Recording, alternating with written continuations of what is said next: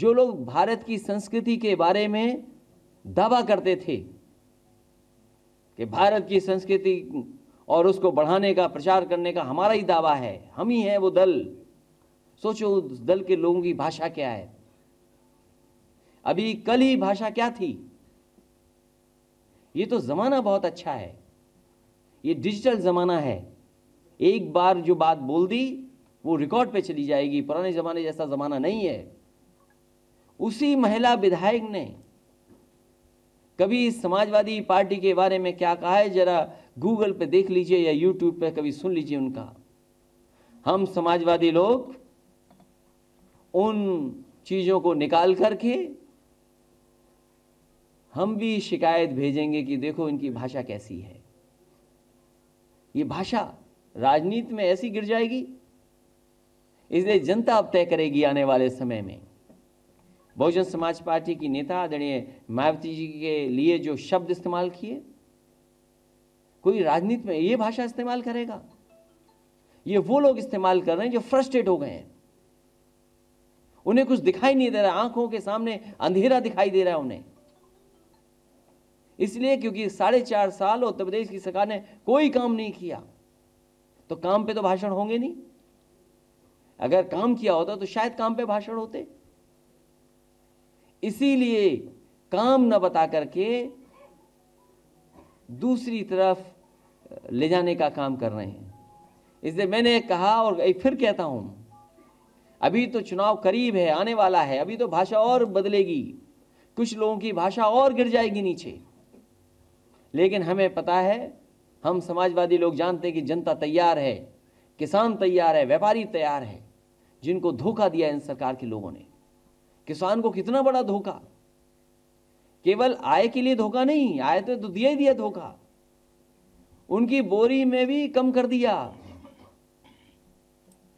उनकी बोरी में भी खिलवाड़ कर दी सरकार ने। वो महिलाएं इंतजार कर रही हैं जिन्हें सिलेंडर और चूल्हा दिया गया था कि चुनाव आए तो बताएं सिलेंडर कैसे भरा जाता है। तो इसलिए इनके पास काम का तो कुछ है नहीं, इसीलिए ऐसी भाषा का इस्तेमाल करेंगे जिससे ध्यान हटता जाए। और केवल छोटी इकाई नहीं, सबसे बड़ी कुर्सी पे बैठने वालों की भी भाषा यही हो रही है। वो जानते हैं कि अब पर्दा हट गया है, जनता सब जान गई है। इसलिए हम लोग इंतजार कर रहे हैं चुनाव का।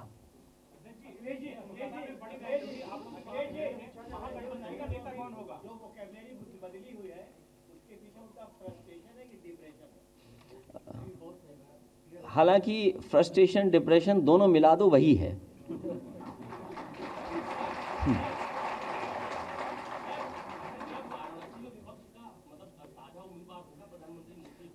देखिए अभी तो वहाँ पे एनआरआई लोग आए हुए हैं, मैं उन एनआरआई लोगों का भी स्वागत करता हूँ। जैसा कि पिछले कई वर्षों से इंतज़ार हो रहा है कि वो लोग कुछ इन्वेस्टमेंट करेंगे यहाँ, शायद इस बार कुंभ में स्नान लेने के बाद या कुंभ को देखने के बाद उनका मन बदलेगा और बड़े पैमाने पे उत्तर प्रदेश में इन्वेस्टमेंट होगा। हालांकि इन्वेस्टमेंट मीट तो हम लोगों ने देख ली, वो इन्वेस्टमेंट मीट पे जो मंच पे बैठते लोग हैं वो हर जगह मंच पे ही रहते हैं। अब वो ज़रूरी नहीं है कि आप क्या इन्वेस्टमेंट कर दें। इन्वेस्टमेंट कराने के लिए कुछ नीतियाँ चाहिए, कुछ फैसले चाहिए, कुछ भरोसा चाहिए।